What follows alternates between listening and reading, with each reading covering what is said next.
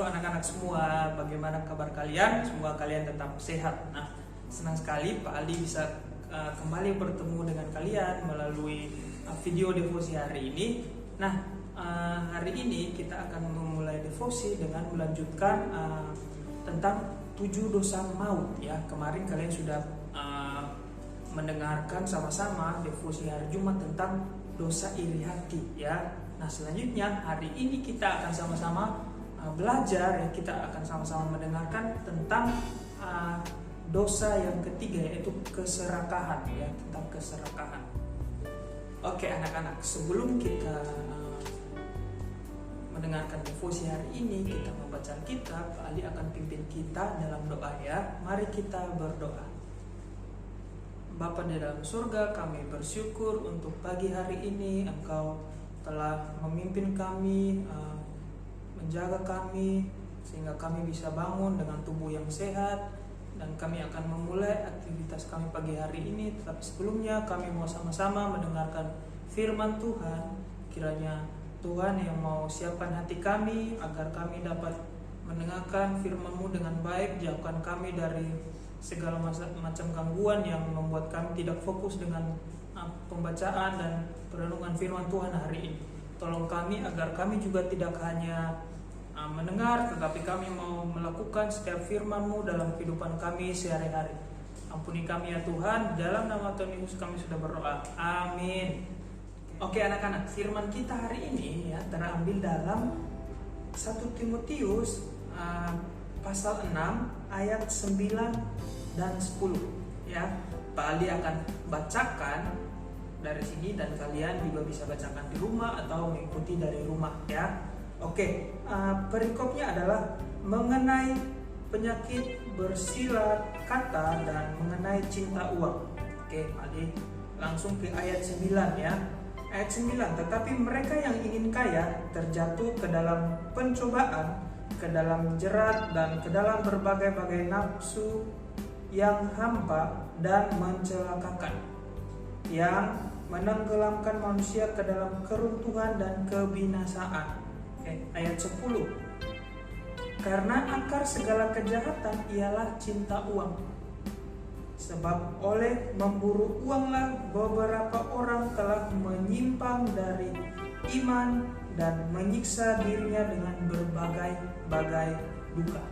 Oke ya, demikian firman kita ya di dalam pertama Timotius pasal 6 ayat 9 sampai dengan 10. Nah, sesuai dengan apa yang tadi Pak Ali sampaikan, bahwa kita akan sama-sama belajar, kita akan sama-sama mendengarkan tentang 7 dosa maut, yaitu hari ini tentang keserakahan ya. Nah, jadi keserakahan atau ketamakan yang sudah dianggap biasa ya di dunia sekarang ini ya, atau zaman sekarang ini. Jadi dunia mengajarkan kita untuk serakah. Nah, contohnya bagaimana? Jadi contohnya kalau mau sukses kita harus serakah ya. Jadi di dunia sekarang ini orang selalu mengatakan bahwa kalau kamu mau sukses ya kamu harus serakah, harus jatuhin dia biar kamu dapat posisinya dia, kamu jadi sukses seperti itu ya. Kalau kamu mau terkenal ya kamu lawan yang sekarang lagi terkenal, seperti itu misalnya ya. Jadi anak-anak, sebagai orang berdosa ya, sifat serakah ya adalah sesuatu yang dekat dengan kita, dan hampir setiap orang ya, bukan cuman kalian, tapi Pak Aldi juga, orang-orang di sekitar kita juga ya, hampir semua memiliki keinginan untuk serakah ya. Nah, yang menjadi pembeda ya, atau yang membedakan hanyalah mungkin bentuk dari keserakahannya. Misalnya ada yang serakah terhadap uang. Ayo, siapa yang serakah terhadap uang?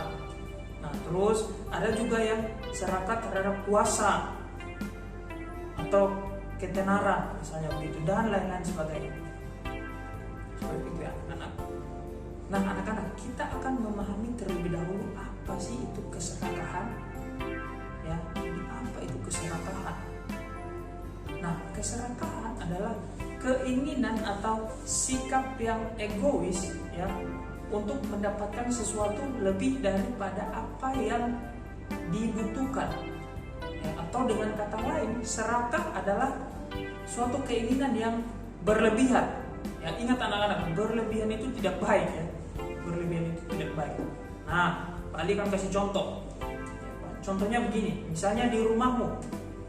Jadi kamu dan saudaramu memiliki mainan masing-masing yang sudah diberikan orang tuamu. Ya, tetapi kamu mengambil mainan saudaramu dan tidak mau saudaramu memiliki mainan itu. Jadi kamu mau semua mainan di rumahmu itu menjadi milik kamu sendiri. Ya, kamu nggak mau saudaramu memiliki satu pun dari mainan itu. Padahal orang tuamu sudah membagi dengan rata mainan tersebut. Jadi untuk kamu misalnya ini, untuk saudaramu yang ini. Tapi kamu nggak mau, kamu mau semuanya milik kamu. Seperti itu ya anak-anak. Di dalam Alkitab ada contoh tentang keserakahan. Nah, di kitab 1 Raja-Raja pasal 21, kalau anak-anak lihat di situ ya, di situ menceritakan tentang Raja Ahab yang menginginkan kebun anggur milik Nabot. Nah, karena begitu besar rasa keinginannya untuk memiliki kebun anggur ya dari si Nabot itu ya. Kemudian si Raja Ahab ini membunuh Nabot dan mengambil kebun anggur itu menjadi miliknya. Ya. Nah, kita bisa lihat di ayat yang ke-19 ya. Di situ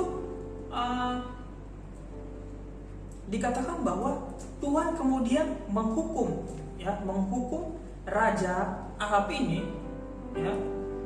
Kemudian dia mati dan darahnya dijilat oleh anjing.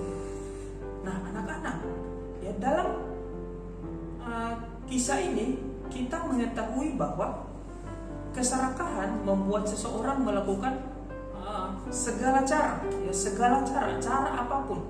Bahkan di kisah itu dikatakan membunuh ya, sampai si Raja Ahab itu membunuh Nabot. Ya, jadi keserakahan itu membuat seseorang melakukan segala cara untuk mendapatkan apa yang dia inginkan. Oke. Jadi mengapa keserakahan ini begitu sangat mematikan ya? Jadi hal ini dikarenakan bahwa keserakahan menggeser pusat kehidupan manusia ya, yang awalnya kan kita hidup harus berpusat kepada Allah ya, seperti itu. Nah, yang akhirnya bergeser kepada diri kita sendiri atau sesuatu yang lain ya, gitu. Nah, jadi ketika kita sudah serakah ya, ketika kita sudah serakah akan sesuatu, kita akan berbuat apapun untuk melakukan hal itu ya. Yang tadi contoh yang tadi ada yang berbohong ya, mungkin ada yang bisa mencuri. Bahkan di Alkitab yang tadi ya, yang kita sudah sama-sama lihat tadi, yang cerita Raja Ahab dan Nabot itu, sampai Raja Ahab membunuh si Nabot ya, untuk keinginannya yang ini kebun anggur dari si Nabot itu ya. Nah, ini tentunya akan menjauhkan kita dari Allah ya, dan kita tidak lagi mengikuti apa yang menjadi kehendak Allah. Seperti itu ya anak-anak. Nah, selanjutnya bagaimana cara kita ya, mengatasi keserakahan ini ya, agar kita tetap menjadi anak-anak Tuhan dan yang taat dan setia kepada Tuhan. Nah, ada 3 hal yang ingin Pak Ali sampaikan bagaimana kita menghadapi atau mengatasi dosa keserakahan ini. Ya, yang pertama adalah kita harus belajar ya, kita semua harus belajar untuk memiliki rasa cukup ya dalam diri kita. Ya, kita harus tahu kapan kita harus berkata stop dengan keinginan-keinginan kita yang menurut kita wah ini tidak wajar lagi, seperti itu. Tidak harus kita lakukan seperti itu. Nah, caranya bagaimana? Ya, tentu kita harus tetap meminta pertolongan Tuhan. ya, seperti itu. Rajin berdoa itu penting ya, rajin membaca Alkitab ya, dari situ kita tahu dan kita belajar, oh keinginan saya ini harusnya seperti ini. Nah dari situ kita bisa peka, kita bisa tahu nih kapan kita harus berkata stop ketika keinginan kita sudah di luar dari apa yang menjadi kehendak Tuhan ya, seperti itu. Itu yang pertama. Selanjutnya yang kedua ya anak-anak, yang kedua adalah kita perlu belajar untuk bersyukur ya. Kita harus belajar untuk selalu bersyukur dan menikmati apa yang kita miliki ya. Kenapa kita harus bersyukur? Karena setiap hal yang Tuhan kasih dalam kehidupan kita itu baik ya. Tuhan tahu yang terbaik dalam kehidupan kita. Oleh karena itu tugas kita adalah bersyukur. Nah, dengan bersyukur kita tidak akan membuat diri kita untuk melakukan hal yang serakah seperti itu ya. Begitu. Jadi jangan lupa untuk bersyukur. Oke ya. Yang ketiga, yang terakhir adalah kita harus belajar untuk berbagi dengan orang lain. Nah, seperti itu. Kita harus belajar untuk berbagi dengan orang lain. Ya, Tuhan sendiri sudah bilang kita itu tidak boleh hidup sendiri, ya, karena orang lain juga ada di sekitar kita. Ya, oleh karena itu kita harus berbagi dengan orang lain. Seperti itu ya. Jangan mau semua hal milik kita dan kita mau semua hal itu punya kita, nggak mau berbagi dengan orang lain. Itu nggak boleh. Contohnya tadi yang permainan, ya harusnya yang mainan tadi ya, harusnya kan kita berbagi dengan saudara kita. Dengan hal tersebut mungkin kita bisa hidup rukun, ya hidup damai di dalam rumah kita seperti itu.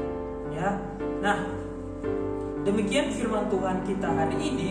Dan Pak Aldi harap firman ini boleh kembali mengingatkan anak-anak ya, dan juga Pak Aldi, bahkan kita semua ya, untuk tidak serakah dalam segala sesuatu.